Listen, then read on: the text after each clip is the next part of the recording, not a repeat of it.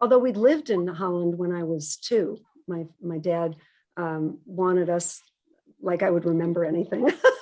But I must have, had a sense of the first words I spoke, I guess, were Dutch. And so I've always had a pretty wide view, and I couldn't wait to get to some of those events. Couldn't wait to get to Wimbledon. I did skating all over the world with Dick Button and Peggy Fleming, and, to go to St. Petersburg and Edmonton, Canada, and Tokyo.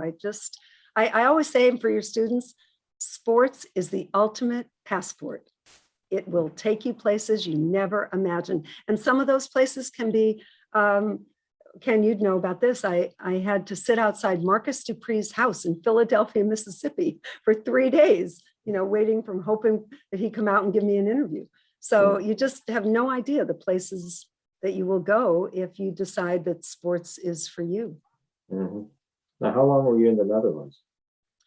We were there for a year, and then I've probably been there really 30 times. I mean, most summers, and my dad worked for the Stanford Research Institute. And so that's why we moved all the time when I was a kid. My mom got divorced on the 11th move. She thought really 3 6th grades was a little much for her kids. But he lived in Sweden for a while. So, but he just never got sports, except he loved speed skating, right, in the Olympics because of Holland. So, I really got lucky that way. I was able to make those analogies about the world, or, most kids, I had all the great music of the 60s, but I also had classical music. So I feel really, for somebody who didn't come from money, I feel like I had a very rich childhood.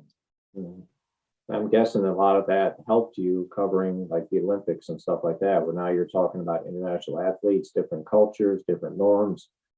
You want to be able to talk with everybody and not offend them. And, you say something one way is fine. You say it the same way to somebody else, they're going to be offended by it. So having that world perspective, I'm guessing, really helped you when it came to covering things internationally. And also I learned this from Bud Collins.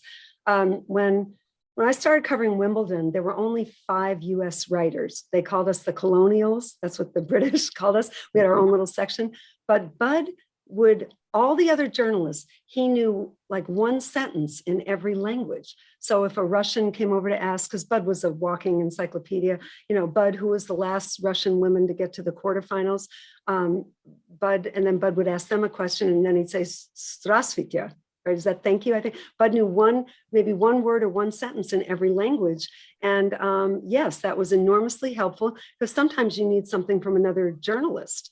And to act like they don't exist because I don't speak their language, is not the way to go. So very helpful, I think, that I had been to most of the countries.